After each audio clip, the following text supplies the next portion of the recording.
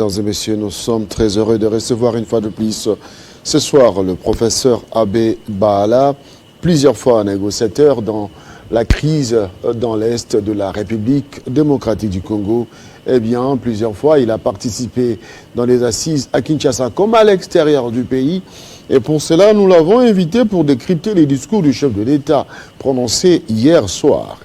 Professeur Abbé Baala, bonsoir. Bonsoir Crispin, et très heureux encore une fois d'être sur ce plateau. Je rentre encore une fois d'un déplacement à l'extérieur de Kinshasa. Eh bien, vous êtes au Gabon. C'est avec plaisir que je suis là. Vous êtes au Gabon, merci des retours. À Kinshasa, nous avons eu l'information, nous vous invitons directement pour cette actualité qui, aujourd'hui, domine la toile, domine la presse congolaise, même la presse internationale. Le message du chef de l'État, Félix Antoine Tshisekedi Tshilombo, à la nation congolaise. En tant qu'analyste politique, froidement, comment avez-vous trouvé ce discours? Eh bien, laissez-moi vous dire d'abord que lorsque un chef de l'État s'adresse à son peuple avec une telle solennité, quelqu'un qui justement analyse les faits politiques et qui voit la trame de ce drame et de cette tragédie qui se passe dans notre pays ne peut que être conforté dans une certaine mesure. D'abord, je me suis rendu compte que on dirait que le président de la République a suivi nos discussions lorsque nous les faisions ici, parce qu'il a exactement dit ce que effectivement le peuple voulait entendre. Bon, je dirais dans une certaine mesure, je vais essayer d'épingler les quelques points qui sont des idées forces de son discours. Je dirais également ce que j'entends comme critique en expliquant un peu ce qui se fait. Un discours solennel comme celui du président de la République était attendu. Pourquoi? Parce que le peuple veut être rassuré que le commandant suprême a pris la mesure du danger que court la nation. Ça, c'est la première chose.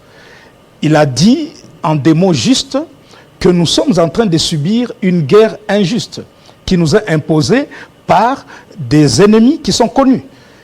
Et il a mis, il a d'abord demandé, il a d'abord dit que nous sommes en face d'une volonté de nuire aux intérêts de la République démocratique du Congo, et que la guerre que nous sommes en train de subir est une guerre qui provient de la volonté de puissance des nations qui veulent mettre la main sur nos richesses, il l'a bien souligné, en utilisant des proxys que sont les pays voisins, et notamment le Rwanda.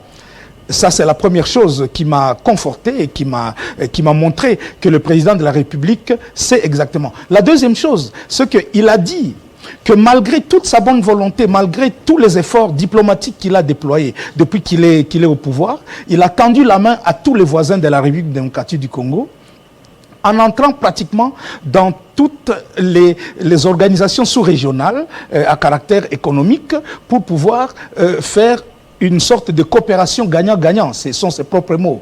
Mais il dit qu'il est déçu de voir que les autres ont profité de sa bonne foi et n'ont pas respecté les engagements qui étaient pris. Et il l'avait dit une fois dans une interview avec un journaliste de Londres, il avait dit qu'on lui a tiré dans le dos. Et c'est presque des mots que nous connaissons. Et donc il n'a pas été écouté dans sa volonté parce qu'il a pratiquement tout donné. Hein. Il a ouvert le commerce et la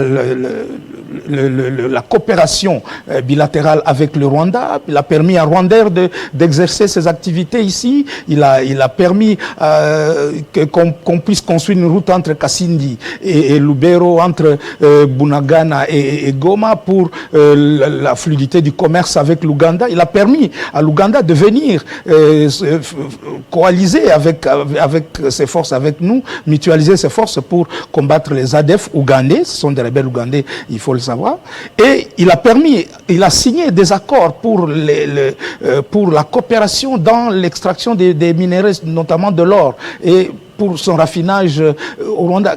Il a donc donné ce qu'on pourrait dire, si les autres n'étaient intéressés que par une coopération, il l'a fait. Entre-temps, il a commencé, il a dit, c'était le troisième point de son message, il a dit que la République démocratique du Congo n'est pas un pays xénophobe, ce n'est pas un pays qui pratique... Il a même fait un appel en disant que les gens ne tombent pas dans le piège du délit des faciès ou des conflits intercommunautaires, parce que cela donnerait mettrait de l'eau dans le moulin de ceux qui nous combattent, parce que c'est leur argumentaire, nous en parlerons tout à l'heure.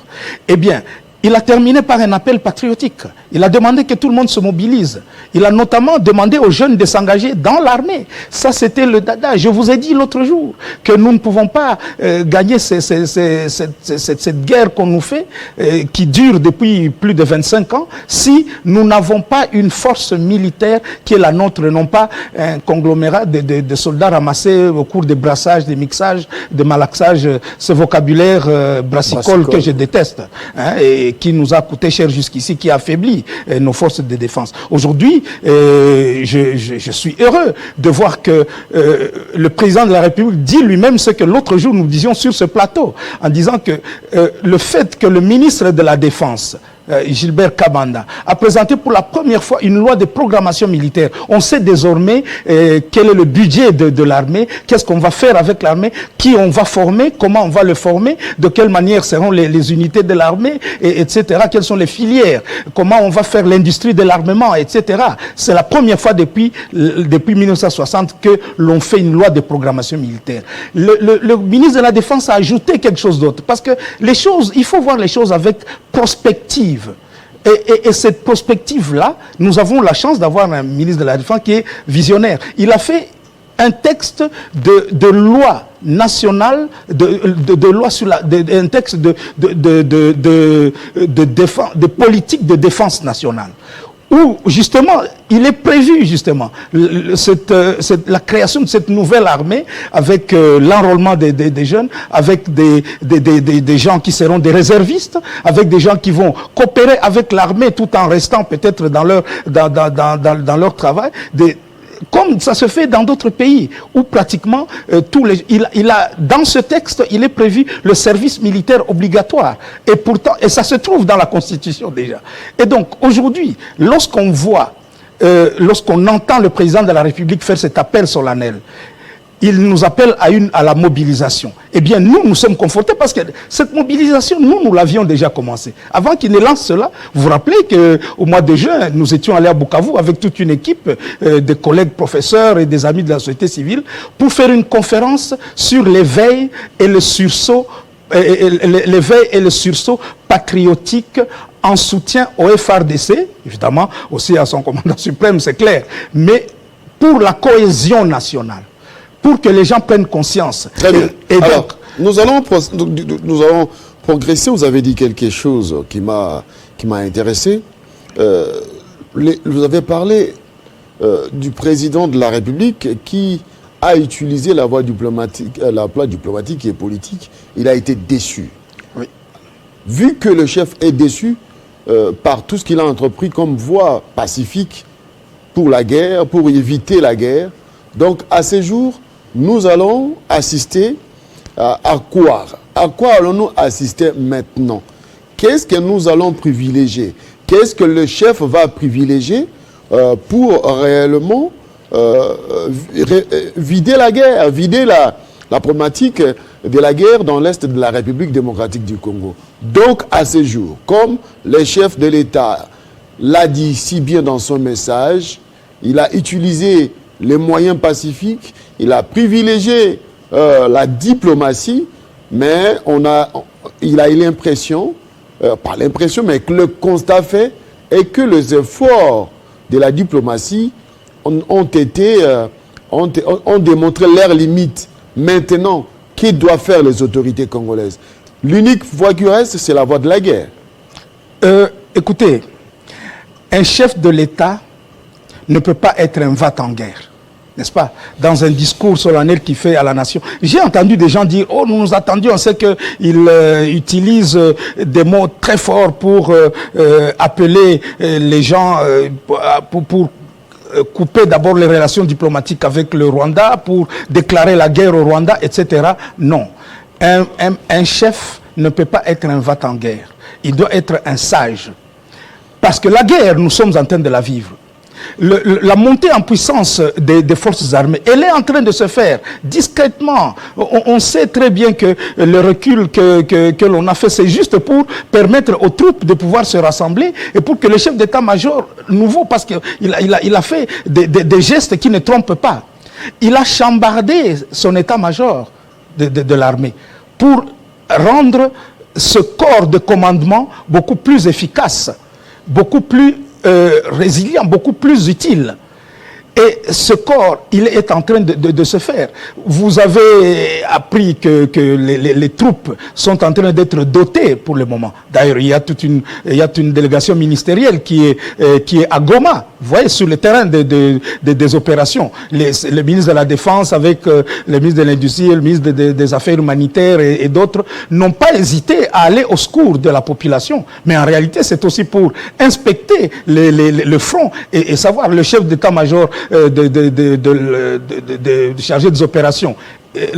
Il est allé là-bas, le général Chico. Il est allé là-bas déjà. Donc, le président de la République, dans les discours, ne peut pas dire « maintenant, nous déclarons la guerre au Rwanda ». Ça ne se fait pas. Nous sommes toujours membres de l'East African Community.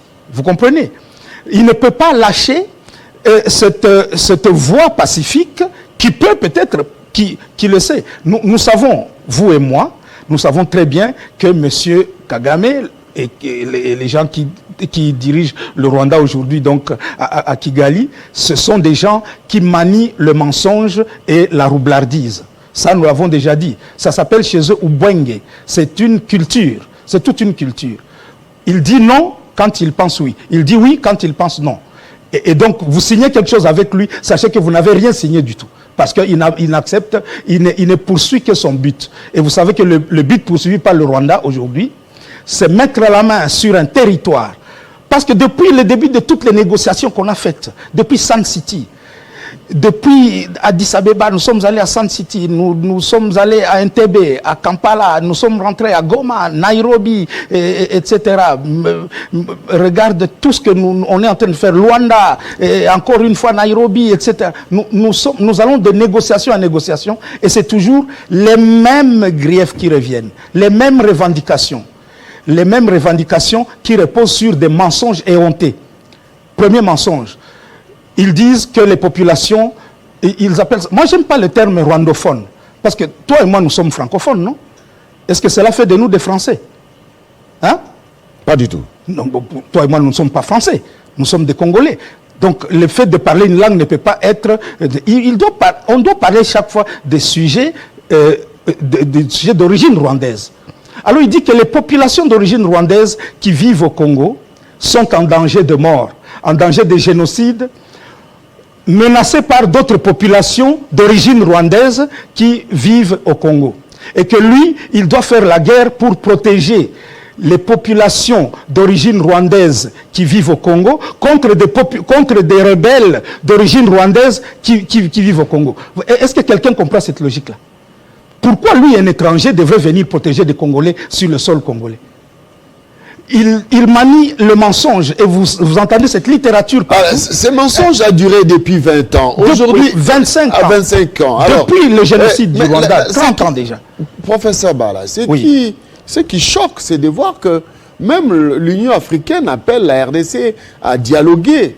Mais nous allons dialoguer avec qui et sur quelle matière? C'est ça, c'est justement ça l'enjeu de ces pourparlers qu'on est en train de faire. Eux font ce qu'ils font, ça s'appelle fight and talk and fight. Donc aujourd'hui, ils vous appellent au dialogue. On a dialogué à Sun City, nous avons inclus des gens dans le gouvernement, n'est-ce pas, dans les institutions, dans l'armée. Après, il y a eu scisparité de ce mouvement, le mouvement RCD est devenu CNDP. Le CNDP utilisant les mêmes officiers d'origine rwandaise, n'est-ce pas, qui viennent et qui commencent leur guéguerre, qui se battent avec la même rhétorique. Nos réfugiés ne sont pas encore rentrés, nous réclamons d'être pris en compte, mais ils sont déjà pris en compte. Ils avaient même un vice-président de la République. Vous comprenez? Azarias Roubero à l'époque. Mais oui, donc, mon frère Azarias, il sait très bien que ces trucs-là, c'était un mensonge. Tous les grands généraux de Banyamulenge qui nous ont aidés d'ailleurs dans la guerre, comme Massunzu, n'est-ce pas, hein? Ils savent très bien que cette histoire, c'est des mensonges. C'est une histoire à dormir debout.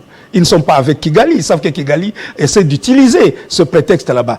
Vous comprenez? Et bien, le CNDP, nous terminons de négocier avec le CNDP, nous introduisons des gens, nous donnons l'amnistie. C'est moi, comme rapporteur général du comité de suivi, qui était chargé non seulement de la démobilisation de ces gens là-bas, de leur réinsertion dans l'armée. Donc je connais les listes de tous ceux qui sont entrés dans l'armée, mais c'est moi qui suis allé négocier. Nous avons fait ce travail avec la MONUC en ce moment-là pour aller enlever de la prison, retirer de la prison ceux qui étaient emprisonnés pour fait de guerre, parce qu'ils avaient été emprisonnés comme prisonniers de guerre du CNDP. Je sais donc que c'était un prétexte. Le CNDP, les mêmes généraux qui étaient là-bas, Bosco Ntaganda et ses amis, ils ont créé, avec Kazarama et les autres, ils ont créé encore une fois le M23. Le M23 fait des histoires. Le président Kabila est fatigué des négociations, parce que quand nous sommes allés à Kampala en 2012, nous sommes rentrés avec un constat d'échec. Ils revenaient avec les mêmes griefs. Nos réfugiés, nous devons être réinsérés dans l'armée, hein, avec grade et titre, etc. On a dit non, on arrête cette blague-là. On ne peut pas toujours, chaque fois, l'armée n'est pas un fourre-tout où on vient amener des criminels de guerre et des gens illettrés pour qu'ils prennent des grades de généraux et de colonels sans savoir même lire une carte d'état-major. On a dit, on arrête ça. Les voisins ne peuvent pas venir nous fourguer chaque fois ces hommes pour qu'ils viennent créer dans notre armée un corps de gens sans morale et sans culture des droits de l'homme. Vous comprenez? Ces gens-là, c'est eux qui ont fait le rapport. Mapping raconte leurs œuvres. Ce sont les mêmes qui ont tué des gens, qui ont massacré des femmes et connaissons tout ça. Alors, maintenant, écoutez. Parce que j'ai l'impression qu'on veut nous imposer là, des dialogues. Aller dialoguer avec... C'est la question. C'était le deuxième point que je voulais développer. Quand on nous appelle à aller dialoguer, vous entendez la communauté internationale, entre guillemets, et même l'Union africaine parler de dialogue. J'ai entendu un frère congolais, un grand leader, qui a aussi donné un plan triangulaire avec le Congo au sommet, Rwanda, Ouganda, et l'M23 au centre. C'est Vital Kamerhe qui l'a dit. Oui, je veux bien. Mais le même constat que nous avions fait va revenir encore. Parce que chaque fois qu'on ce sont les mêmes revendications.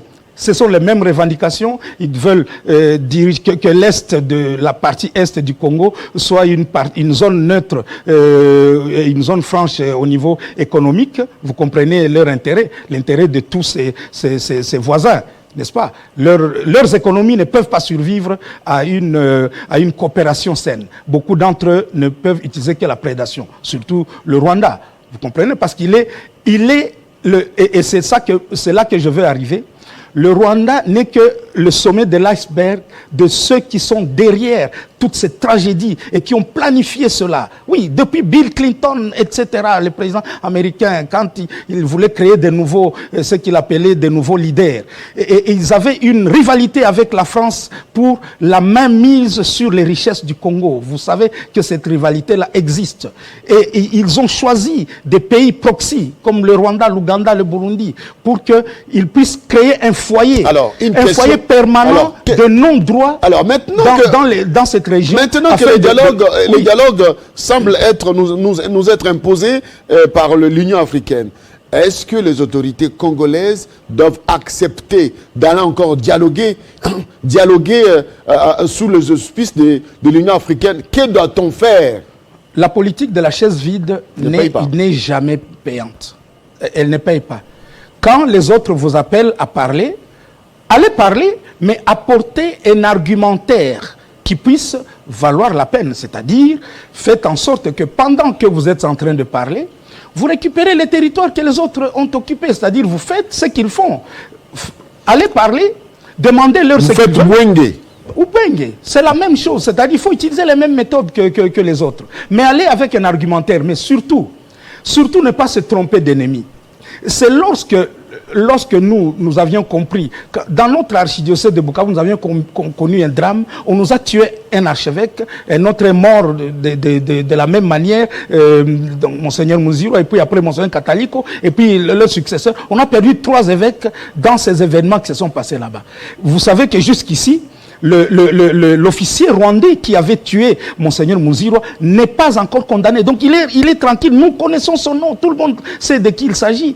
Parce qu'il a assassiné à bout portant. Et on va le béatifier peut-être bientôt. Mais tous les chrétiens, nous avons quand même un peu d'amertume parce qu'on s'est dit, mais ce type-là court toujours. Un assassin d'un archevêque court toujours.